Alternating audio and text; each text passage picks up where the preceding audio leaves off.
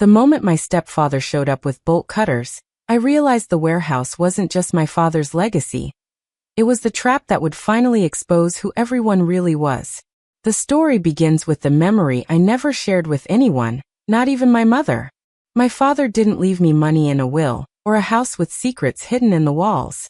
He left me a warehouse, quiet, forgotten, and registered under a name no one would ever search.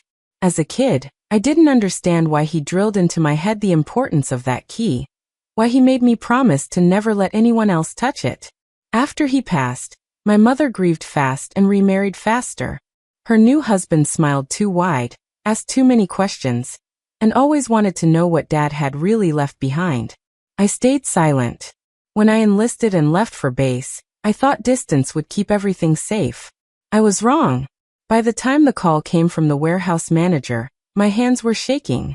He was whispering like the walls could hear him, telling me my stepfather was there, demanding access, claiming ownership, and now holding bolt cutters like patience had finally run out. I told the manager to do nothing, locked myself in an empty room on base, and pulled up the security feed. Watching him on the grainy camera brought back every red flag I ignored. The greed, the fake concern, the way he watched my mother's purse instead of her face. He didn't know the warehouse wasn't just locked. It was designed to test him. The third part of this story is where my father's true plan began to reveal itself. The warehouse wasn't filled with gold or cash like my stepfather clearly believed. It was filled with records, deeds, contracts, and evidence my father had quietly collected over decades. Evidence of fraud, shell companies, stolen pensions, and people who had vanished financially overnight. My stepfather was one of them. Dad had known him long before Mom ever did.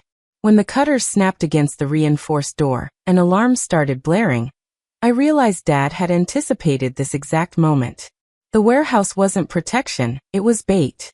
When authorities arrived, my stepfather tried to play the confused husband, but panic seeped through every word. I gave permission for them to open the warehouse fully, not for him, but for the investigators. Watching the feed, I felt something close to peace as boxes were cataloged and hard drives seized. My mother called me later, crying, asking why I never told her. I didn't have an answer yet, because the truth was still unfolding, and it was bigger than just betrayal. As the investigation spread, more names surfaced, and I started receiving calls from people who suddenly remembered my father very clearly. Old business partners, former friends, even distant relatives I'd never met. They all wanted to know what I had, what I knew, and what I planned to do. That was when I understood the real inheritance wasn't the warehouse. It was responsibility. My father had trusted me to decide how far the truth would go. The pressure mounted when someone tried to break into the warehouse again. This time at night, this time quietly.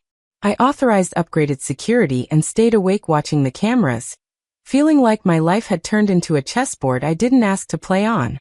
My mother stopped speaking to me. The media started asking questions. And still, more secrets came out, each one heavier than the last. Eventually, I flew home on leave and stood in front of the warehouse for the first time since the night Dad handed me the key. It looked smaller than I remembered, but heavier somehow. Inside, I walked the aisles where his careful handwriting labeled every box. I finally understood he wasn't hiding wealth. He was hiding the truth until the right moment, and the right person could handle it. The final part isn't about revenge or justice the way people imagine it. It's about closure. My stepfather was convicted, my mother went quiet, and the warehouse was emptied piece by piece into courtrooms and archives. I kept the key, not because it opens anything anymore, but because it reminds me that sometimes love doesn't look like comfort.